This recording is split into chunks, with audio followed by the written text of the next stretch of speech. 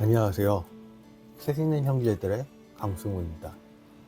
지난 시간에 이어 오늘도 고참악마 스크루테이프가 자신의 조카이자 신참악마인 워무드에게 보내는 편지를 읽어드리겠습니다. 여기서 환자는 악마가 담당하는 사람을 말하고요. 원수는 예수님을 말하는 것 이미 알고 계시리라 생각합니다. 이 편지는 악마 입장에서 쓰여진 것이니 잘 해석해야 합니다. 그럼 오늘은 9번째 편지를 읽어드리겠습니다. 9번째 편지. 사랑하는 워무드에게 지난번 내 편지를 읽고 느낀 바가 있었으면 좋겠구나. 환자가 지금 겪고 있는 침체와 건조함의 골짜기를 제대로 이용하지 않는 한 그의 영혼을 얻긴 글렀다는 건 똑똑히 알겠지. 그렇다면 이번에는 그 이용 방안을 생각해보자. 먼저 내가 발견한 바에 따르면 인간이 오르락내리락 하는 가운데 골짜기를 지나가는 시기에는 감각적 특유, 특히나 성적 유혹이 매번 잘 먹혀든다. 육체적인 활력이 넘치는 꼭대기 시기일수록 잠재적 욕구도 더 커질 텐데 이게 웬 소리냐고. 꼭대기에 있을 땐 저항력도 최고로 높은 상태라는 걸 잊으면 안 되지. 불행히도 정욕을 일으키기 좋은 건강과 활력은 일이나 놀이, 생각, 무해한 오락에도 쉽게 이용될 수 있다. 따라서 인간의 내면 세계가 삭막하고 냉랭하고 공허할 때 외려 이런 공격이 성공할 가능성이 큰 게야. 골짜기에 있을 때의 성욕은 꼭대기에 있을 때의 성욕과 질적으로 미묘하게 다르다는 점도 주목해야 된다.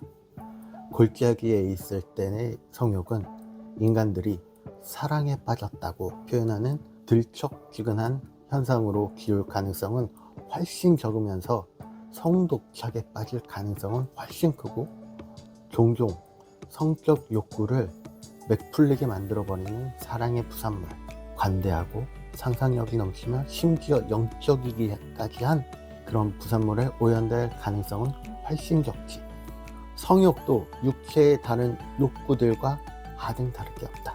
착실한 술주정뱅이를 만들려면 행복하고 느긋한 기분으로 친구들과 즐기고 있을 때 술을 권하기보다는 침체되고 지쳐있을 때 일종의 진통제로 마시도록 밀어붙여야 하는 것과 같은 일이야. 어떤 쾌락이든 건전하고 정상적이며 충만한 형태로 취급하는 건 어떤 점에서 원수를 유리하게 하는 짓임을 잊지 말거라.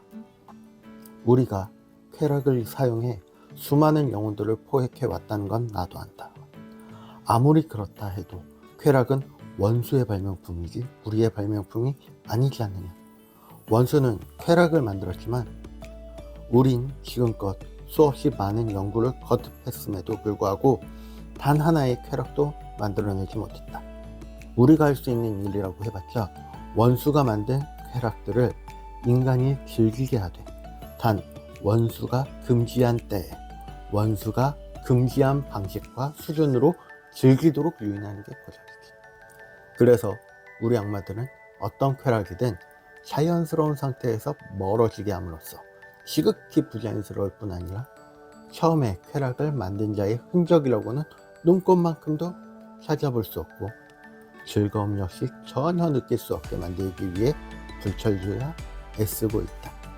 쾌락은 감소시키고 그에 대한 갈망은 증대시키는 게 우리가 쓰는 방식이야. 사실 이 편이 효과도 더 확실하고 스타일도 더 낫지.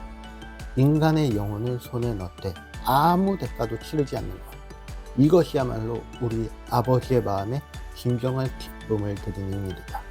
그런데 골짜기는 이 과정을 시작할 수 있는 절호의 기회를 제공하지.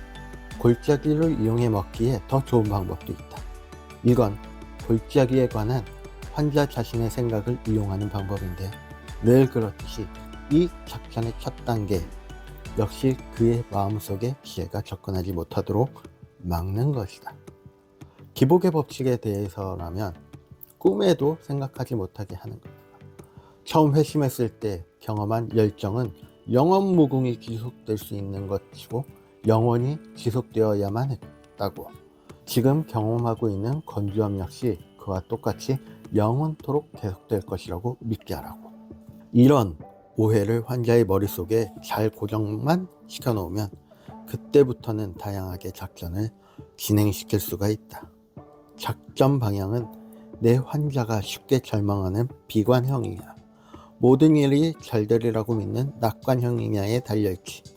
비관형 인간은 요즘 찾아보기가 힘들어졌다만 혹시 내 환자가 그런 실종 가운데 하나라면 만사간단하다. 경험 많은 그리스도인들과 접촉하지 못하게 하고 적당한 성경 구절에 관심을 끈 다음 순수한 의지의 힘으로 예전 감정을 회복하려는 필사적 시도를 계속하도록 부추길 수만 있다면 게임은 끝난 거나 다름없어. 환자가 좀 더 희망적인 인간일 경우에는 먼저 현재 영적 저기압 상태를 묵인하게 한 다음 이 상태도 뭐 그리 심각한 신체는 아니라고 스스로 설득해 가며 차츰차츰 그 상태에 만족하게 만들어야 한다. 그렇게 한두 주일만 유지하면 회심했던 당시의 열정이 좀 지나쳤던 것은 아닐까 의심하게 만들 수도 있지. 환자에게 만사의 중용을 지키라고 말해주거라. 종교는 지나치지 않아야 좋은 것이라고 믿게만 해놓으면 그의 영혼에 대해서는 마음 푹 놓아도 좋아. 중용을 지키는 종교란 우리한테 무교나 마찬가지니까. 아니, 무교보다 훨씬 더 즐겁다. 또 다른 방법은 환자의 신앙을 정면 공격하는 것이다. 골짜기가 영원히 계속되리라고 믿게 만들었다면 이전의 모든 단계들이 그렇듯이 이 종교적 단계 또한 이제 사라지고 있는 중이라고 설득할 수 있지 않겠느냐? 물론 이성적으로만 생각한다면 이것의 흥미는 이렇다는 명제가 이것은 거짓이다는 명제로 바뀔 가능성이 전혀 없지. 하지만 전에도 말했다시피 넌 이성이 아니라 전문 용어에 의존해야 한다. 단계라는 단순한 단어도 10중 8구 큰 효과를 낼 때야. 인간이란 족속이 다 그렇듯이 환자도 예전에 여러 단계를 거쳤을 테고 자신이 빠져나온 그 단계들에 대한 노상 우월감을 느끼거나 생색을 내고 있겠지. 자신이 진정으로 그 단계들을 비판해서가 아니라 이제 그 단계들이 과거지사가 되었다는 단순한 이유로 말이다. 이제는 좀 감이 잡히지? 참과 거짓이라는 명백한 대립항을 생각하지 못하게 하거라. 이건 그저 하나의 단계일 뿐이야. 나도 다 거쳐왔지 하는 식의 교묘하고도 아리송한 표현들을 잘 사용하도록 하고 성장기라는 복된 단어도 잊지 말고 써먹도록 해라. 너를 아끼는 삼촌 스크루테이. 어떻게 들으셨나요? 쾌락은 원래 하나님께서 우리에게 허락하신 선물이었습니다. 그것을 우리가 남용, 오용하여 자연스러움에서 지극히 부자연스러운 상황으로 변모하게 되었습니다. 중간에 하와에게 나타난 뱀처럼 악마의 유혹이 있었다 하더라도 우리가 그 꼬임에 넘어간 것도 사실입니다. 최근 가나안 성도라는 말을 들어보셨나요? 안 나가를 거꾸로 읽으면 가나안이 되며 교회에 안 나가면서 예수님을 믿는다는 사람들을 지칭하는 말입니다. 오늘 읽은 편지의 본문 중에 경험 많은 그리스도인들과 접촉하지 못하게 하고 적당한 성경 구절에 관심을 끈 다음 순수한 의지의 힘으로 예전 감정을 회복하려는 필사적인 시도를 계속하도록 부추길 수만 있다면 게임은 끝난 거나 다름없어 라는 말이 나옵니다.